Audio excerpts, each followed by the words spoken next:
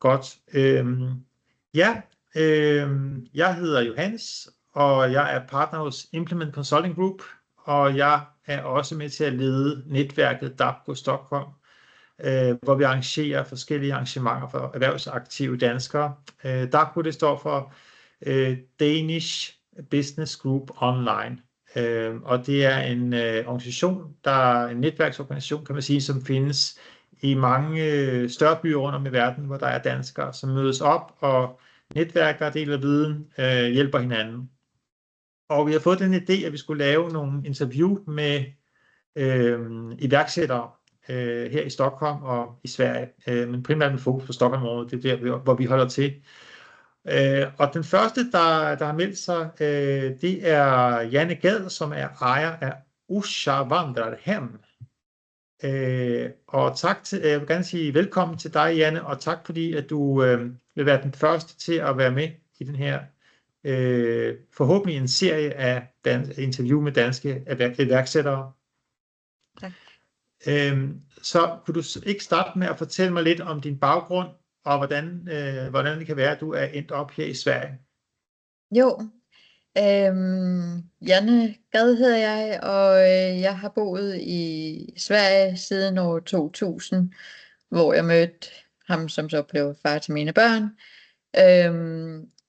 Inden jeg kom til Sverige, så arbejdede jeg inden for turistbranchen, hospitality jeg har en hotelmanagement i baggrunden, og har arbejdet inden for SAS, først på SAS hotellerne, hvor jeg også havde min praktikplads, og derefter som stewardesse.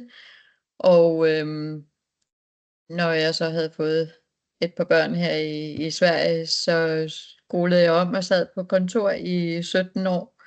Og nu når jeg har store børn, så skulle jeg tilbage til min branche igen. Okay, spændende. Ja.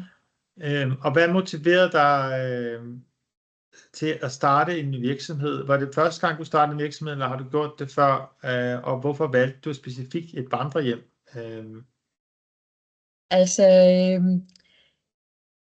Drømmen, når det var, at jeg gik på hotelmanagement, det var jo, at når det var, at man var ung og sulten, så skulle man være på de internationale steder og have med masser af businesskunder at gøre, og så videre, og så videre, og så videre.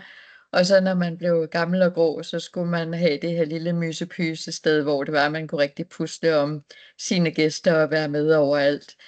Så det var drømmen dengang, og så har den været lagt på hylden, indtil det var, at den pludselig dukkede op igen her. Og så gik min søn, han gik hockeygymnasiet i Mora, og så var jeg jo hockeymamma en gang i måneden, hvor jeg kørte fra Stockholm op til Mora og var med ham.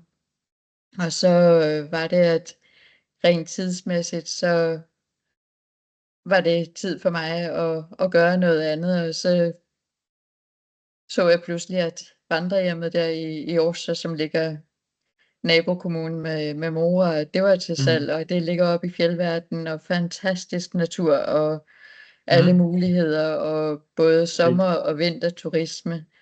Så tænkte jeg, at det var jo det der sted, som jeg engang drømte om, skulle blive mit, og så blev det. Ja, spændende historie. Ja. Og jeg har jo også faktisk lidt en baggrund i Dalarna. Jeg har boet som barn i det sydlige Dalarna. Så jeg kender godt Riksväg 70. Så med den vej, man kommer derop. Ja. Spændende. Og hvad var ligesom dine største overvejelser, da du besluttede dig? For det er jo en stor ting, bare sådan at købe et vandrehjem i Usha. Det må være en stor beslutning. Altså, jeg tror, at hvis det var mig, så havde jeg nok haft lidt, så jeg nok kildet lidt i maven. Tænker det her. Altså, hvad gjorde du for overvejelser? Altså, det var jo en længere proces. Bankerne var jo ikke rigtig med. Det var jo lavkonjunktur, og det var efter pandemien og alt det her. Så der blev overvejelserne jo endnu mere markante, end hvis det havde været toppentider. Mm. Det som ligesom var dråben, som fik det hele til at blive til noget, det var, at jeg blev nødt til at gøre noget andet med mit liv, ganske enkelt. Jeg kunne ikke blive boende og arbejde med det job, jeg havde længere. Jeg var ikke den bedste version af mig selv. Og jeg mærkede den her helt anden personlighedsforandring, det blev, når jeg kom op her til Mora og var her i fjeldluften og sådan. Ja. Og så var det, at det perspektiv, det blev simpelthen nødt til at være det alt overvejende i forhold til den økonomiske del af alt. Og så sagde jeg, nu må det bare bære eller briste, og jeg er ikke nogen risikoperson normalt. Nej. Men i det her tilfælde, så tænkte jeg bare, jamen jeg ved, jeg kan servicebranchen, og jeg ved, at det her med at omgås med folk og turismen i det hele taget, det er der, hvor jeg har haft de bedste år af mit liv. Og de her 17 år på kontor på vejen, det var ligesom en mellemstation. Så drømmen om at komme tilbage igen, og så på egne vilkår, med fuldt overblik, det var det, som gjorde det hele og afgjorde det hele. Og så må det bære eller briste økonomisk. Og indtil videre, så fungerer det. Det er jo dejligt at høre. Ja. Har du nogen fornemmelse af, nu har du jo ligesom en baggrund i den her branche, men har du nogen fornemmelse af, hvordan adskiller det svenske marked sig fra det danske? Altså nu har vi jo ikke den her storslåede natur i Danmark, som der er i Sverige, så det er jo en forskel, kan man sige, men mere sådan i forhold til, hvordan er det at drive et vandrehjem. Jeg ved ikke engang, om der findes den type af, jo, der findes jo også vandrehjem i Danmark, men det er lidt noget andet, kan man sige. Ja, det er måske mere hen imod bed and breakfast, eller lidt broagtigt og sådan i Danmark. Ja. Og jeg har jo ikke arbejdet inden for servicebranchen i Sverige, så det, som jeg kan sammenligne med, det er jo servicebranchen i København, hvor jeg var på de større hoteller der. Men jeg har ikke selv været egenforetager i Danmark, så jeg må sige, at jeg er jo gået ind med et helt åbent sind og har ikke noget at sammenligne med på godt og ondt. Så Okay. ja. Okay, og du har også været i Sverige længe nok til at kende kulturen, men er der nogle aspekter af den svenske kultur, som du enten synes hjælper dig lidt i den her rolle, som du har nu, og den virksomhed, du driver, eller noget, som du synes er udfordrende rent kulturelt? Jeg tror næsten, at jeg vil sammenligne det lidt med, hvad skal man sige, at der, hvor jeg er nu, er jo en vældig lille kommune med bare nogle 1000 indbyggere. Og det har altså gjort, at der er vældig kort linje mellem hele samfundet, sammenhældet heroppe, og så os som næringsdrivende. Og det tror jeg, det har været en stor fordel. Så jeg ved ikke rigtig med hensyn til Danmark kontra Sverige, men med storby kontra lilleby, der er vældig let at komme til her. Og altså, jeg synes, at de har været utrolig hjælpsomme og åbne for og ligesom, at man skal komme i gang ordentligt og sådan noget. Så er der jo det her nyforetagercentrum, som jeg har anmeldt mig til og fået hjælp derfra. Og der har man jo kunnet få en hel masse små guide og vejledning, og blandt andet så har jeg en mentor, som jeg kan benytte i 3 år. Okay, det og jeg lyder tager godt. første kontakten, og så indtil jeg er kommet ordentligt i gang.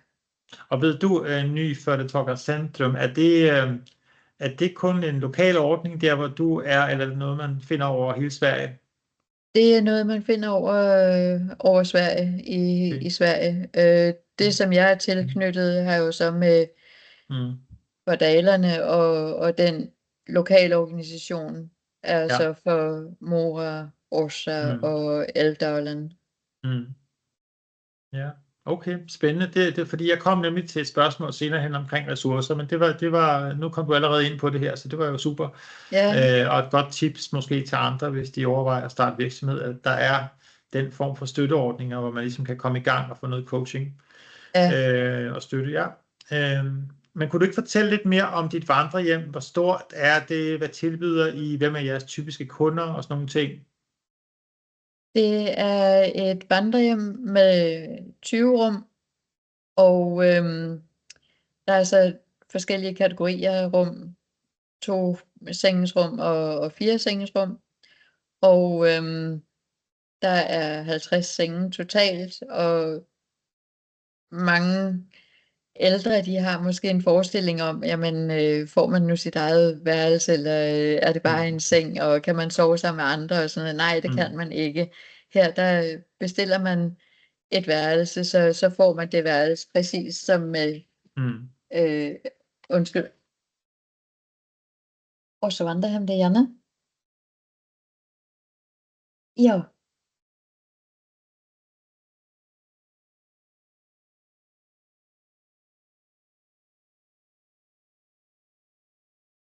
Den 14. og 15. september skal vi se her. Og hvor mange personer er I? Ja. Hvilken type af rum ønsker du?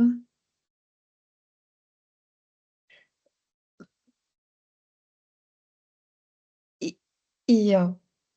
Skal vi se her. Jo, den 14. september, en person, en nat. Og hvilket navn skal jeg lægge booningen i?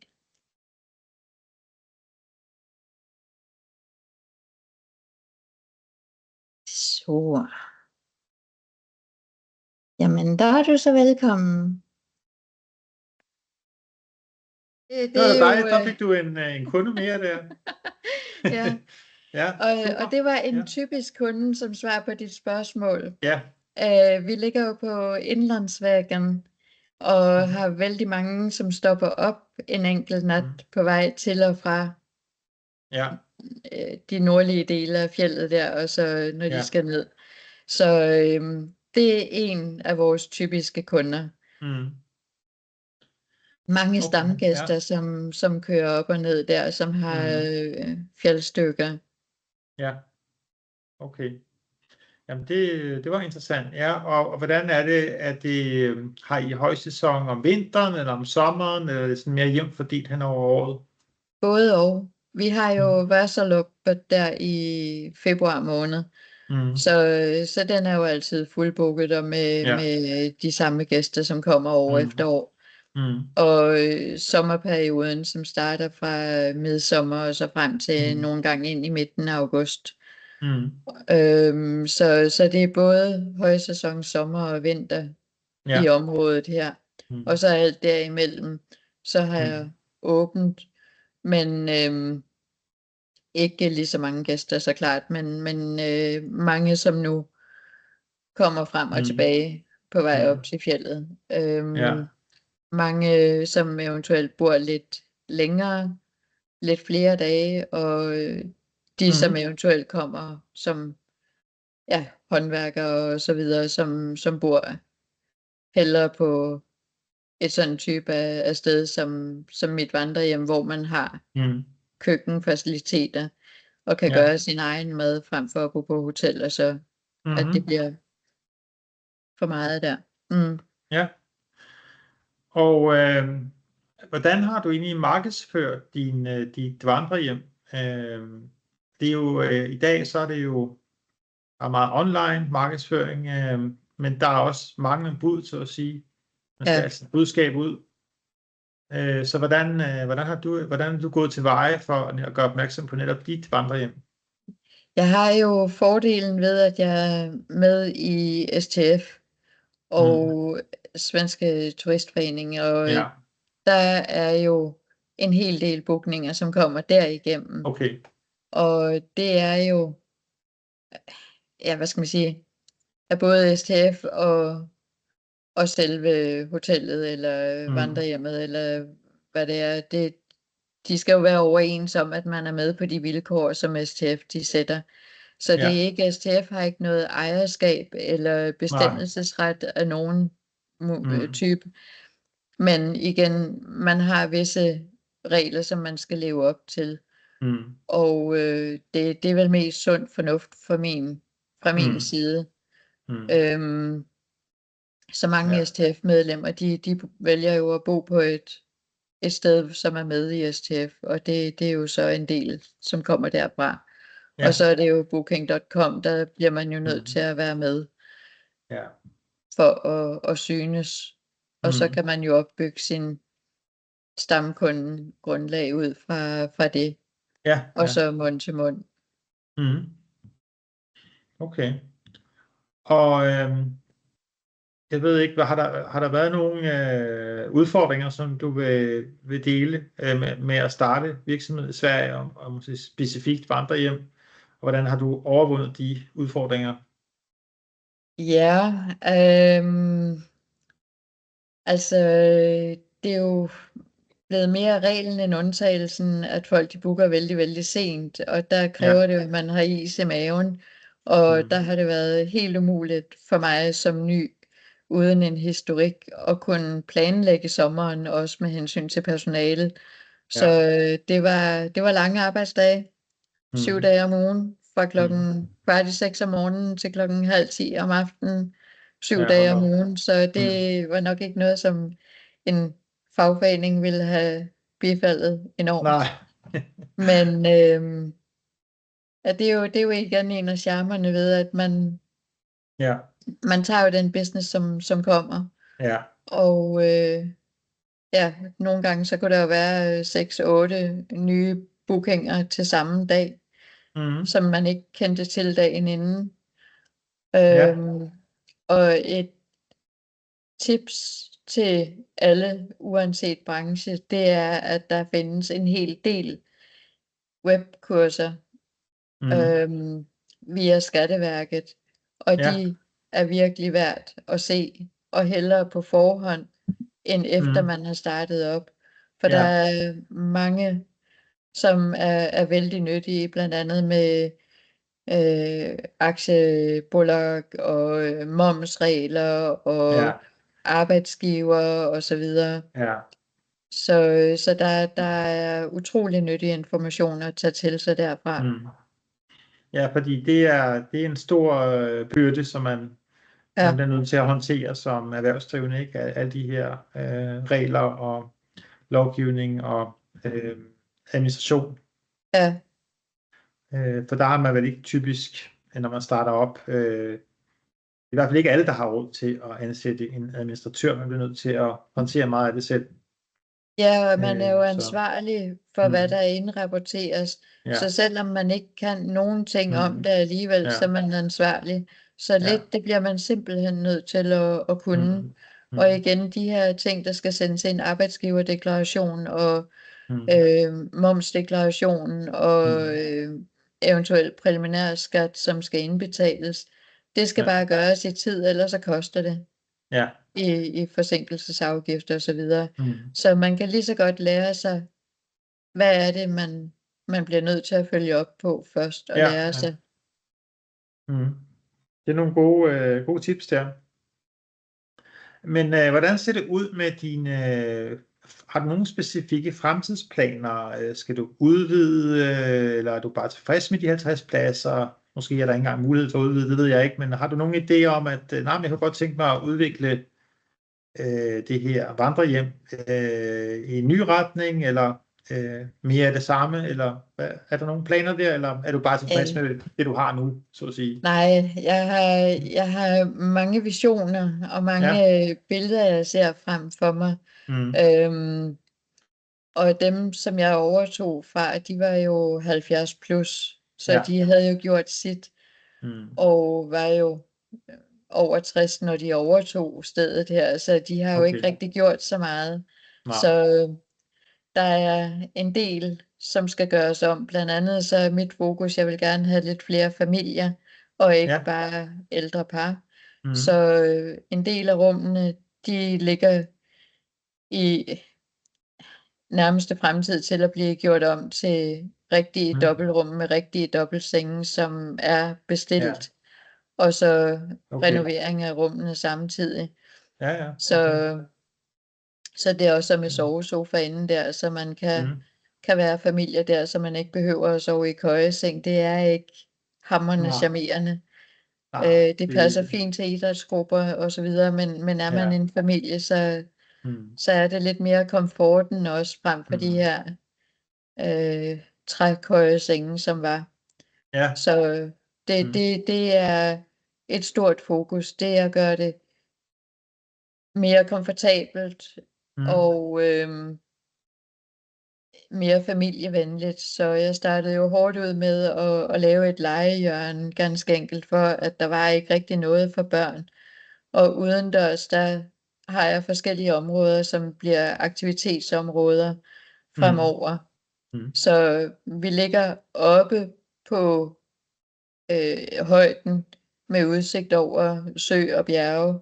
Så udsigten, den er der, og den skal der ikke gøres noget ved. Og hele terrassen, som har solnedgang og så videre, det er fantastisk. Og der skal de her, som bare vil sidde og nyde naturen, have lov til at være. Men Ja. på den anden side ved fremsiden, der er der plads til at have aktivitetsområder, som jeg har en Mm. plan om at skal have en bullbane og et andet område, hvor vi kan spille kub og nogle borde Ja. og stole, så dem, som vil være lidt mere aktive, de kan være der, og dem, som vil Okay. slappe af, de kan sidde på terrassen på den Ja. såkaldte bagside med fin udsigt og solnedgang. Ja. Jamen, det er jo fint. Du begynder sådan at kunne se, hvilke forskellige behov der er, og hvordan kan du opfylde dem endnu bedre. Ja. Spændende. Spændende Og så har jeg planer. gjort det mere Ja. hundevenligt. Det er vigtigt for mig. Det var det første, Ja. jeg gjorde. Så selve vandrehjemmet er ligesom bygget op med 2 Mm. korridorer, receptioner og selskabsrum i midten. Mm. Så den ene korridor med 10 rum er hundevenlige, og den anden er så hundefri. Ja. Så der er Okay. plads til både og. Ja, det er jo godt. Det er godt, fordi der er mange, der godt kan lide hunde og har hunde med, og så er der dem, der er fuldkommen allergiske. Ja, Så det er svært at håndtere begge dele, men du har så delt det op i 2 korridorer. Det er jo der smart. er plads til begge dele. Ja, yes. Okay, og hvad tænker du generelt om branchen, altså, og hvordan verden udvikler sig osv.? Hvordan påvirker det den her, den her vandrehjemsbranche eller hotelbranche i Sverige? Hvordan tror du, det ser ud fremadrettet her? Tror du, at I imødekommer nogle år nu, hvor der vil være endnu mere tryk på? Vil det være det cirka det samme, eller tror du, at der vil være måske færre gæster totalt set i hele markedet? Faktisk så har jeg den indstilling, at jeg tror mere på, at der bliver et skub opad for min Mm. type af branche. Mm. Fordi igen med folk holder mere i deres penge og så videre. Ja. Og vil man være afsted længere tid, så er det rigtig, rigtig, rigtig skønt at have tilgang til at kunne lave egen mad, og man ikke skal gå ud og spise på restaurant Ja. hver eneste aften. Mm. Så Okay, så der i er og med, køkken, er at der man, køkken, er det fælleskøkken, eller er der køkken på værelserne, eller hvordan? der er 2 køkkener, et i hver Ja. korridor, så et køkken Mm. per 10 rum.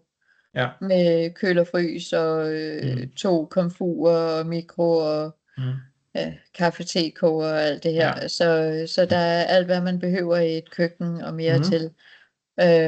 Så der er masser af plads til, Ja. at familier også kan lave det. Og så Ja. satser jeg jo stenhårdt på, at med de naturudviklinger, vi har, både sommer og vinter nede sydpå, at så vælger flere at komme op nordpå i stedet, både vinter og sommer. Ja. Så det er min store forhåbning. Og så Ja. er det ønskemålet så klart at få flere danskere til at opdage det. Ja, jamen det må vi jo håbe på. Jeg får faktisk lyst til selv at komme op en tur, når du sælger det godt, vil jeg sige. Det lyder virkelig som et fantastisk sted, du har fundet der, og udviklet videre. Du må gerne se udsigten. Ja, det vil jeg Hvis, da gerne. Ja. hvis, Ej, det er da en fin udsigt, og solen skinner i dag også. Så, ja. Ja. Så jo, men jeg lægger gerne lokaler til et lille netværkstræf her. Ja. Hvor langt er der egentlig, hvis man kører fra Stockholm op til 4 timer? 4 timer, ja. Det er utrolig lange distancer, der er i Sverige. Ja.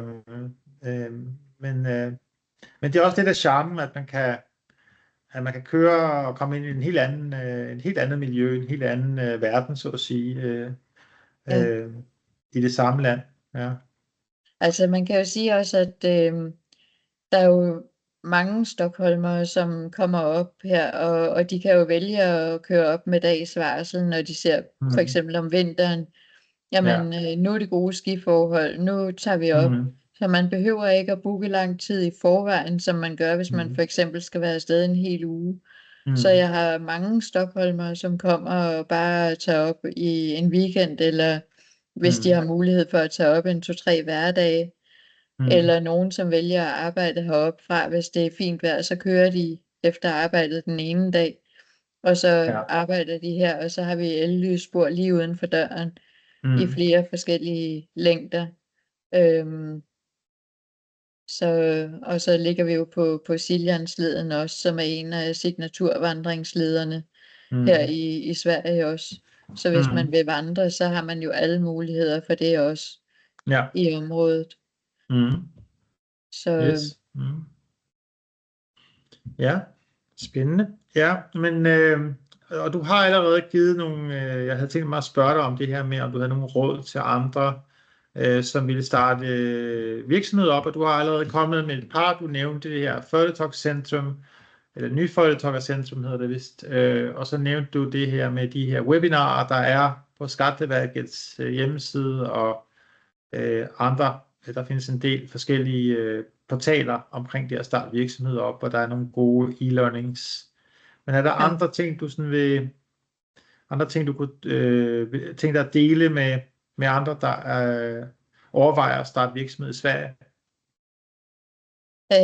Der er jo alt det her, der er også fra Bolagsverket, det er jo også et godt sted at gå ind og se efter al den her information, man bliver nødt til at sætte sig ind i.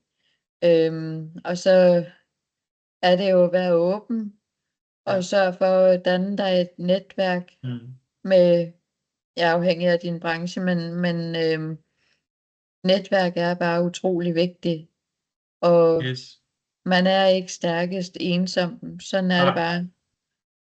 Det er sjovt, du nævner det, fordi da vi var på ambassaden i går, så sagde de, at det er en af de ting, som danske virksomheder brænder natterne allermest på i Sverige, og det er, at Sverige er så meget mere netværksorienteret, end Danmark er. Og i Danmark, hvis man har et godt produkt og en god service, jamen så er folk generelt mere åbne for at prøve det, selvom de ikke kender dig eller har hørt om dig før. Men her i Sverige, der er det mere sådan, du ved, langtids tillid, der bygges op, og kontakter og netværk og så videre. Så ja.